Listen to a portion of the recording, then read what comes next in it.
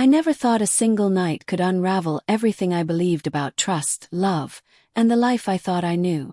But that night at Claire's office party changed me forever. The invitation had arrived a week earlier. A sleek, glossy card with metallic lettering, promising cocktails, hors d'oeuvres, and a celebration of success.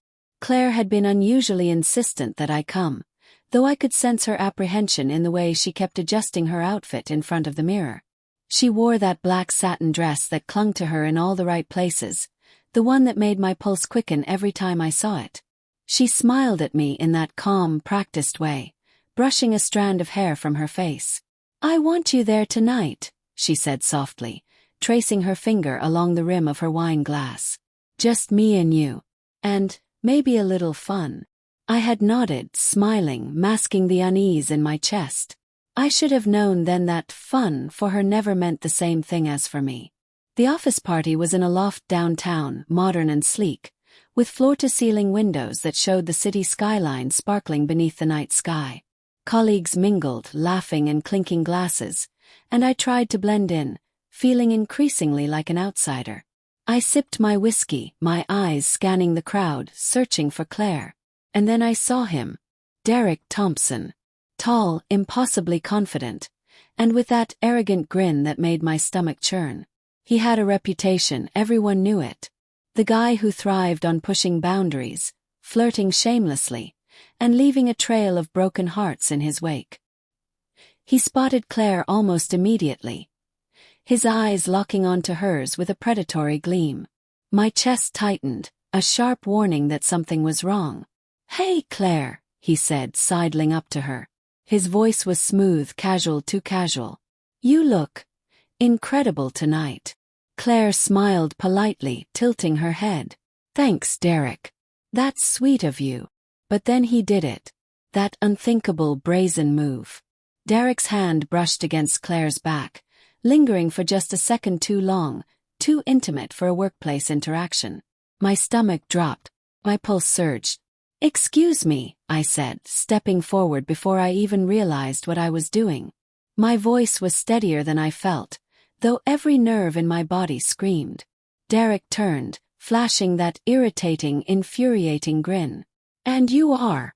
I could see the amusement in his eyes, the way he was daring me to challenge him. But it wasn't Derek I was reacting to, it was her reaction. Claire. Her smile faltered ever so slightly, but only for a heartbeat. Then she leaned back, brushing Derek's hand off with a laugh that sounded rehearsed, artificial. "Oh, Derek," she said lightly. "Don't be ridiculous." The words hit me like ice water. That laugh, that tone. It wasn't the Claire I knew. It wasn't the woman who kissed me goodbye each morning with warmth, who held my hand during the bad days, who whispered "I love you" in the dark. I wanted to pull her away, to shake her and demand answers right there. But I stayed, frozen, watching as Derek laughed and stepped back, clearly enjoying the power play. "Good one," he said, raising his glass, and drifted away into the crowd, leaving a charged silence behind him. I turned to Claire. Her face was calm again, serene, untouched by the tension that roiled inside me. But the way her eyes met mine, I saw something there that made my heart sink. Something I hadn't seen before. Something dangerous.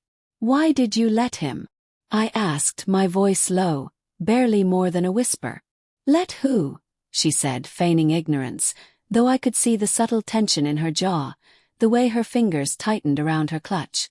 "Derek. He touched you. Without permission. You just laughed it off." My hands shook. My face burned. Claire's eyes softened, but it was a softening that chilled me rather than comforted me. "It's not what you think," she said smoothly, stepping closer, her perfume suffocating in the heat of the moment. "I handled it. You don't need to worry about it." I should have been relieved. I should have let it go. But something in the way she said it, the calmness, the almost practiced tone, set every alarm in my body ringing. "You handled it," I repeated, voice rising. "You laughed at it, Claire. That's not handling anything. That's encouraging it." Her hand reached for mine, attempting that familiar warmth, but I pulled back sharply. My heart was pounding, my mind reeling. I could feel the eyes of a few colleagues on us, and yet I didn't care. "Don't," I said, my voice firmer now, though my insides felt like they were twisting. "Don't touch me. Not tonight. Not like this." She looked stricken for a moment, but then her expression hardened, and I knew in that instant, that she had crossed a line I hadn't even known existed. The rest of the party blurred around me. I couldn't drink, I couldn't laugh, I couldn't breathe. Every smile Claire offered Derek, every casual brush of her shoulder, every look that lingered too long, felt like a betrayal carved into my chest. I left before midnight, stepping out into the cold night air, letting it sting my face, hoping the sharpness would wake me from this nightmare. At home I couldn't sleep. My hands trembled as I poured whiskey into a glass, staring at the ceiling, reliving every moment over and over. My mind raced. Had this been going on for a while? Was Derek the first, or were there others? The thoughts twisted and turned, sharp and relentless. By morning, I knew I had to confront her. Claire returned home hours later, perfectly coiffed, smiling in that same serene way she always did. But today, her smile didn't reach her eyes. I could see it, the tension, the calculation, the knowledge that I had noticed.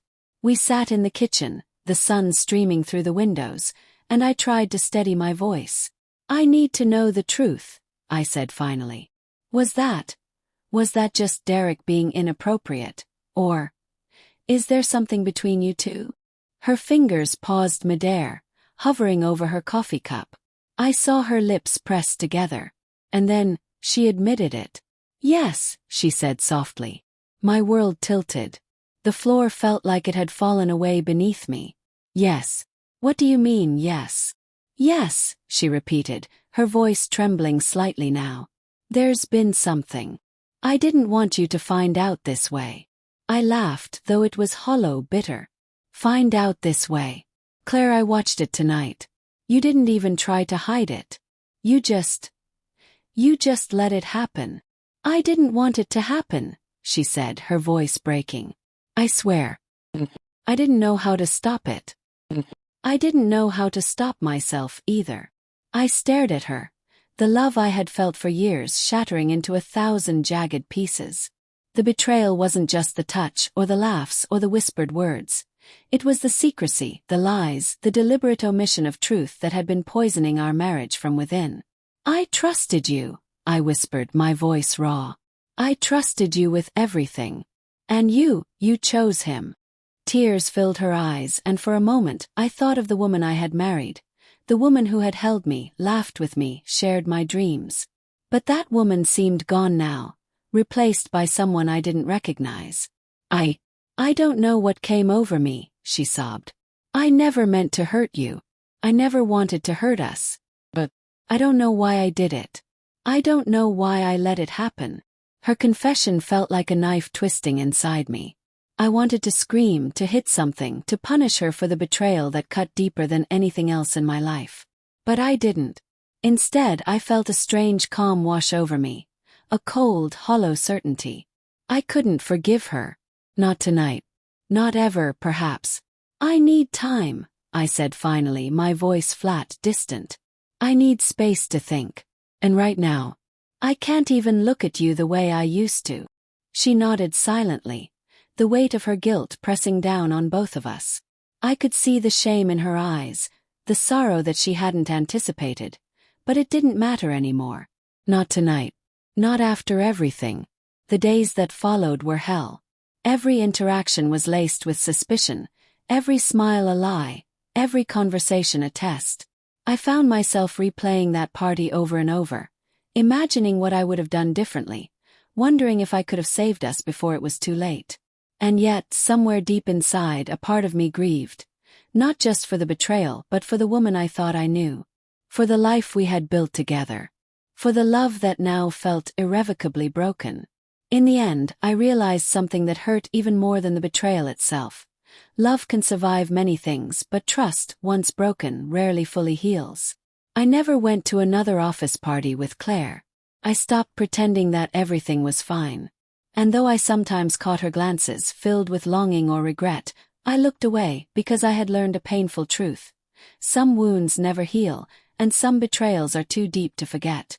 And as I lay awake at night staring at the ceiling, I still hear that laugh, her laugh, echoing in my mind. A sound I once loved, now twisted into a memory of heartbreak.